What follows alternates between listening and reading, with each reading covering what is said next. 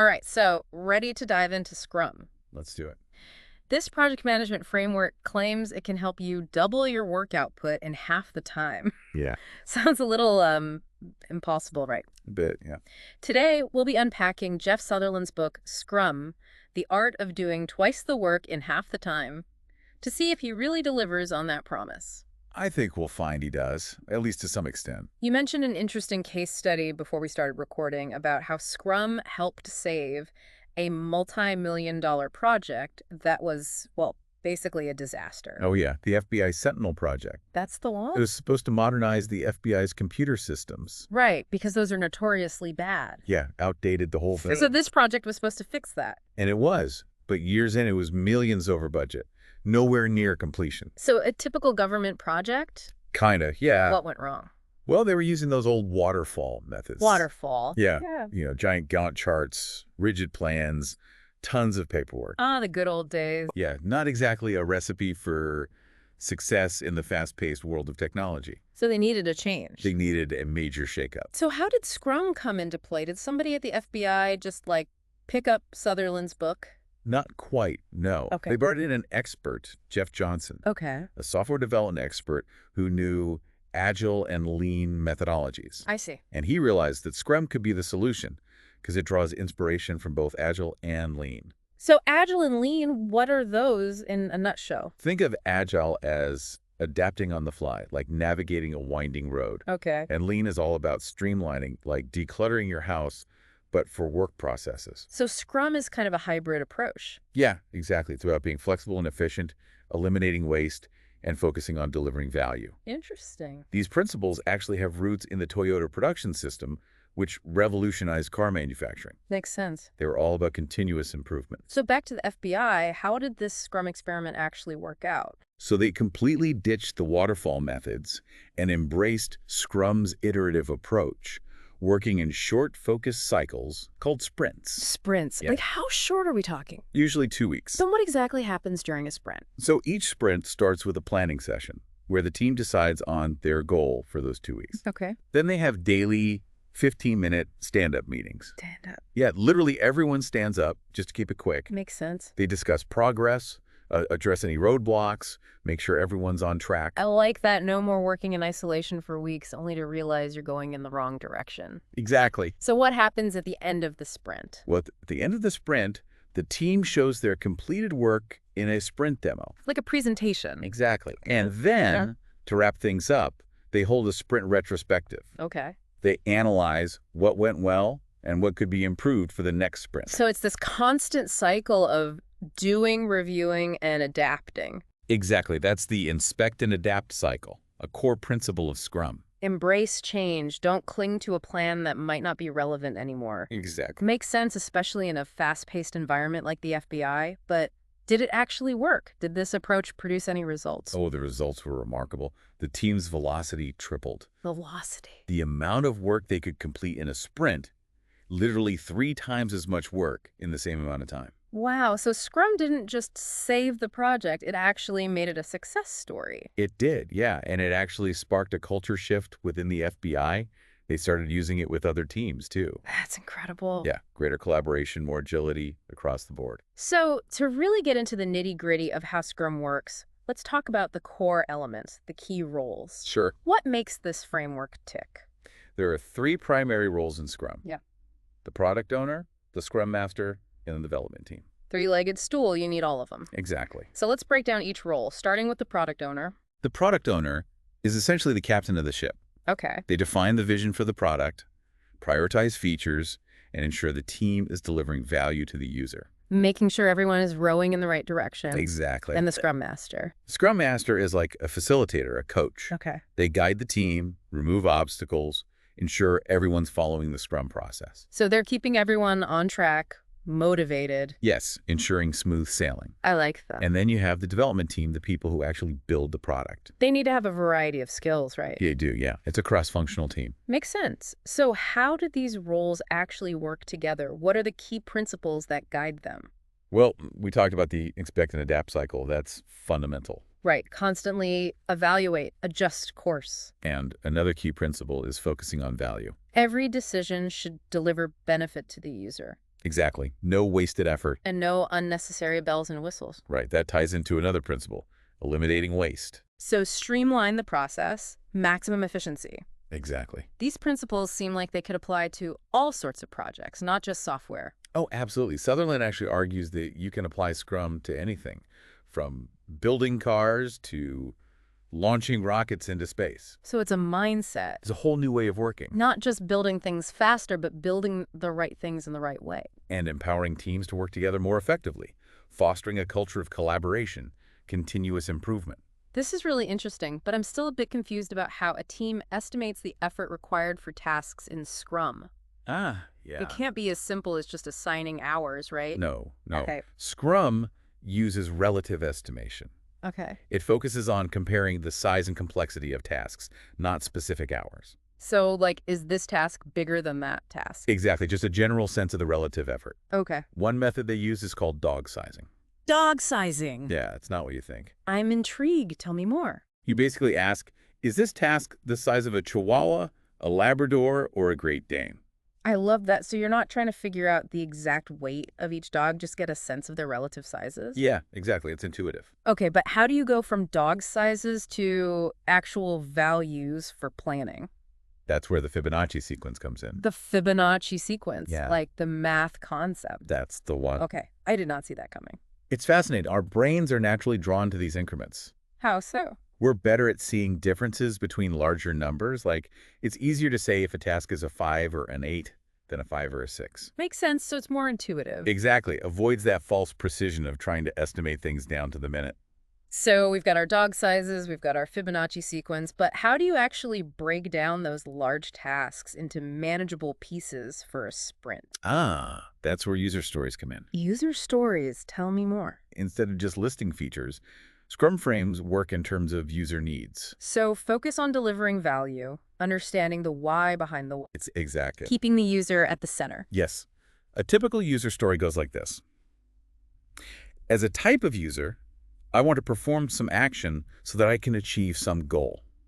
Okay, so it's very specific who, what, and why. Yeah, much clearer than just saying, implement this feature. Do you have an example from the book? Yeah, let's say you're building a game app.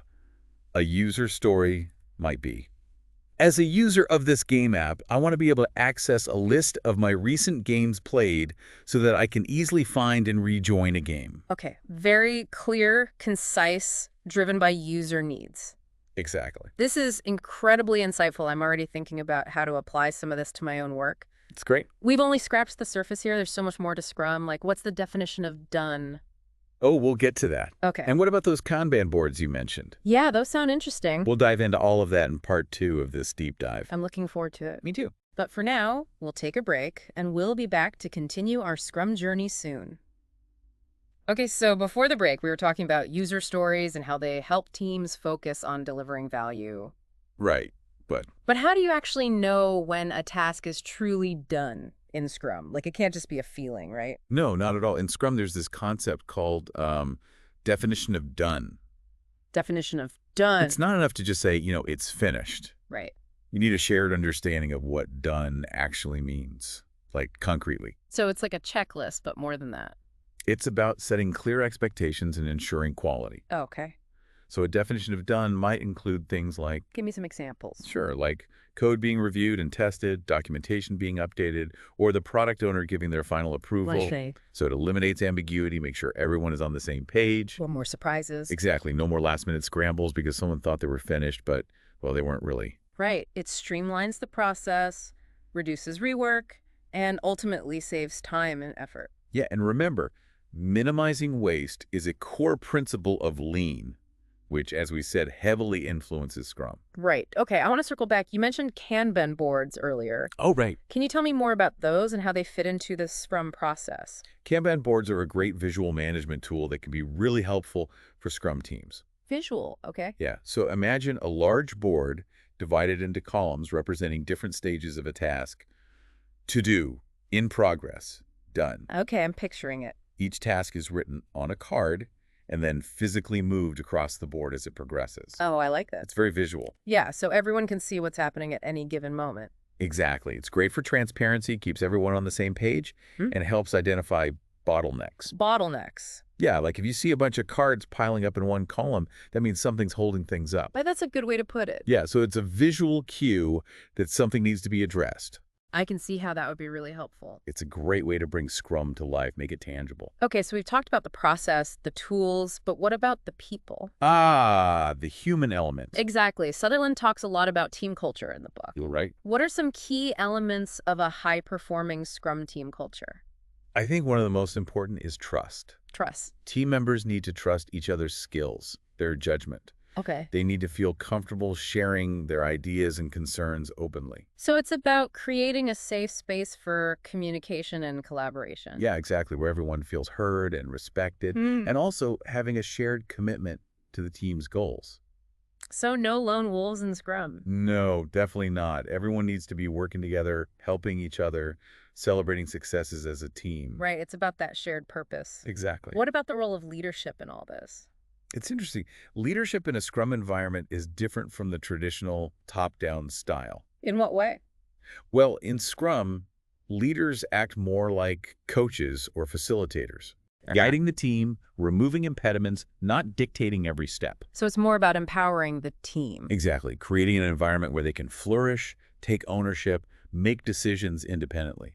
Sutherland actually calls this servant leadership. Yeah, serving the needs of the team above all else. Interesting. How does that actually play out in practice? It's about putting the team first, Mhm. empowering them, removing obstacles, and fostering a positive work environment, leading by example, Okay. focusing on the growth and well-being of the team. That's refreshing, honestly, especially in today's world. It is. Now, I want to touch on Sutherland's background for a moment. Sure. He was a fighter pilot in Vietnam, which is, well, pretty intense. It is. How did that experience shape his approach to work and ultimately lead to the creation of Scrum? It's a fascinating story.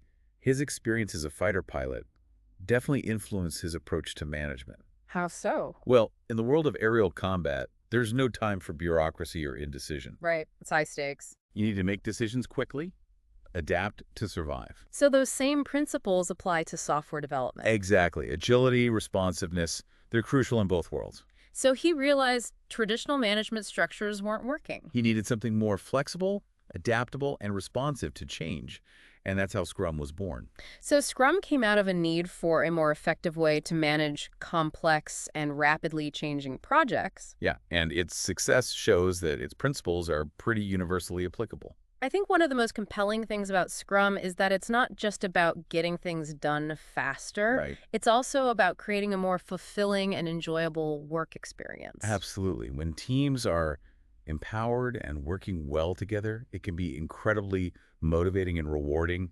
There's a sense of ownership, accomplishment, camaraderie. So it's not just about efficiency, it's about creating a better work environment. Exactly. We've talked a lot about Scrum, but the big question is, can it really help you do twice the work in half the time? Well, that's the million-dollar question, isn't it? It is. There are no guarantees. Yeah. But Sutherland presents a lot of evidence that it's possible. The FBI case study is just one example. Yeah, and there are many more in the book. But ultimately, it's about applying the principles, adapting them to your context. Embracing the Scrum mindset. Exactly. Every project and team is different. But those core principles, focusing on value, eliminating waste, embracing change. Those are universally applicable. It's amazing how these simple ideas can have such a big impact. It really is. And it goes beyond individual productivity. Right. Imagine the potential of Scrum to transform teamwork, communication, leadership across all sorts of organizations. That's a really exciting thought. But for now, let's move into the final part of our deep dive. Sure. We'll wrap things up with some key takeaways and leave you with some things to ponder on your own. All right, so we've really dug into Scrum, its origins, principles, roles, techniques, the whole 9 yards. Yeah, we've covered a lot. But now I want to kind of zoom out, look at the bigger picture. What's the takeaway here for our listeners? Like, why should they care about Scrum, even if they aren't, managing a software project or anything? That's a great question. And I think what's really fascinating about Scrum is that these principles, adaptability, continuous improvement, focusing on value, they're not limited to software at all. Yeah. You can apply them to your own life, daily tasks, personal projects, anything really. So you're saying, like, I could use Scrum to plan a vacation. Absolutely. Yeah. Or Write a novel. Anything. Really? Yeah, break down that big goal into smaller sprints, Hmm. set clear objectives for each sprint, evaluate your progress, adjust as needed. Hmm. Work smarter, not harder, whether it's a product or your to-do list. So no more feeling overwhelmed by those massive goals. Break it down, keep moving forward. Exactly. And it's not just about individual productivity either. Right, we talked about that. Imagine the potential for Scrum to transform teamwork, communication, leadership, in all sorts of organizations, industries. So it's a bigger idea than just project management. It's a whole new way of thinking and working, embracing change, prioritizing value, empowering teams to achieve amazing things. Yeah, that's really exciting. It is. So we've unpacked a lot, from the origins of Scrum, the roles, the principles, to those, what were they, dog sizes? Yeah, dog sizes, can't forget those. But before we wrap up, anything that really stood out to you from Sutherland's book? One thing that really resonated with me was his focus on the human element. It's not just about processes and tools, it's about people. Right, creating an environment where people can thrive. Yeah, feel ownership, pride in their work. He talks about those transcendent teams driven by a shared purpose. Exactly, to create something truly exceptional. That's a powerful idea, no matter what you're working on. It is. So here's a question for our listeners. Could applying these Scrum principles, even in small ways, help you achieve more, collaborate better, and maybe even find greater fulfillment in your work and your life? Something to think about for Yeah, sure. definitely. And if you want to learn more, we highly recommend checking out Jeff Sutherland's book. It's full of great stuff. Lots of insights, anecdotes, practical advice. Yeah, we've only scratched the surface here, but hopefully this deep dive has given you a taste of what Scrum is all about. Maybe spark some ideas, or maybe you're ready to try it out. Either way, thanks for joining us, and until next time, keep diving